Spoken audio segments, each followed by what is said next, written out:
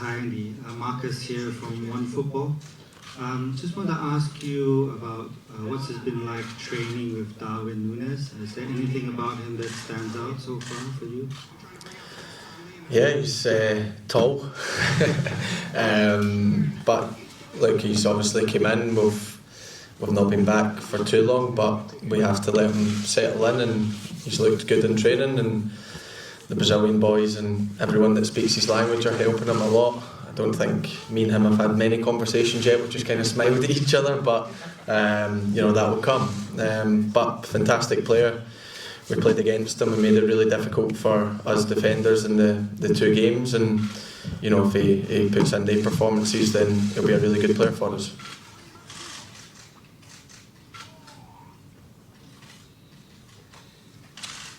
Questions for Andy?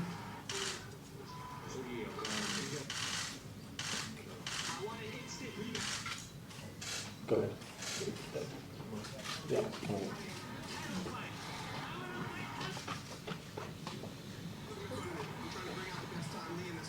Hi Andy, obviously these trips are about training and pre-season friendlies, but can you just talk about the camaraderie that's built up in the squad from these trips with their own journeys and all that, just because there's few new players in the squad as well? Yeah, it's we're obviously in a hotel. We basically live together over this time, so we spend a lot of time together, a lot of time with the coaches, a lot of time with all the staff, and yeah, I think this is where the foundations for the start of the season start. This is where the hard work gets put in, where we try and find our fitness and our form again, and we start laying out what we want to do during the season. So these camps are so important. When we go to Austria, it will just be as important as well, and the amount of running and the amount of training we do is gets us to where we need to be for the first game of the season. Ours is obviously a bit quicker than everyone else's with the Community Shield coming up, but we'll be ready. We didn't have that long off, especially the international boys, but we had a good enough time to switch off mentally, physically, and our bodies are feeling good, and it's just about getting up to speed now, and I'm sure we will be come the first game of the season.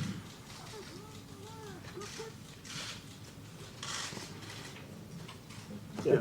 Okay. Hi Andy, Gabriel's from ESPN. Obviously, you come to a place like this, you see so many fans. Everywhere you go, you obviously know how big a club Liverpool is, but is it still a bit surreal that wherever you go, even a place like this, a small country like Singapore, you guys are getting mobbed, fans screaming your name, and is that just what it means to play for a club like Liverpool, and everywhere you go, you're being adored and loved by fans?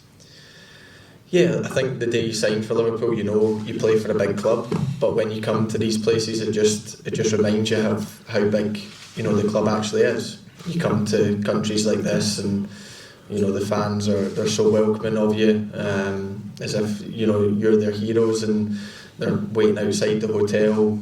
Come in the stadium, everywhere you go, they just want a glimpse of you, and we appreciate it massively. The fans all around the world are so important to us, not just the ones that get in Anfield every single week, and it's so important that we give back to the fans. Small things like open training today and playing matches over the other side of the world effectively. So it's nice to give them that back, because their support's always appreciated. I know they get up at sometimes silly times to watch us games with time difference and things like that. So look, it's incredible the support we've received on this tour, and I'm sure most countries we go to we get that, but it's been special, and it's been really nice to see, and like I said, we don't take it for granted.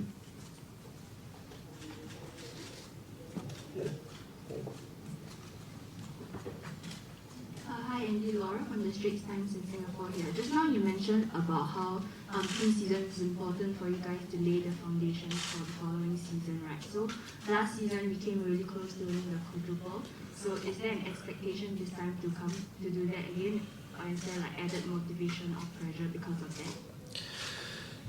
I think, again, when you play with this club, there's always expectations on you. It's what we have to deal with. We've always had to do that. And we have expectations of ourselves. We want to be the best versions individually and best versions as a team. I think last season, large parts, we showed that. Obviously the end of the season didn't go the way we wanted to, but I think after time we can look back on it and a lot of fond memories last season, and it also drives us forward for next season. We want the feeling of lifting trophies. We had that twice last season and 2 really good days out at Wembley, and we want that feeling again. But we know it takes a lot of hard work. We know it takes a lot of determination and everyone, singing off the same hymn sheet effectively. And if we do that, then we believe we're there or thereabouts, because we've got a fantastic team when we're at our best. But we know as soon as we drop below that, then we won't achieve what we want to achieve. So that's what the plan is, to go for everything at 100% like we've always done. And if we do that, we believe that gives us the best possible chance to be successful.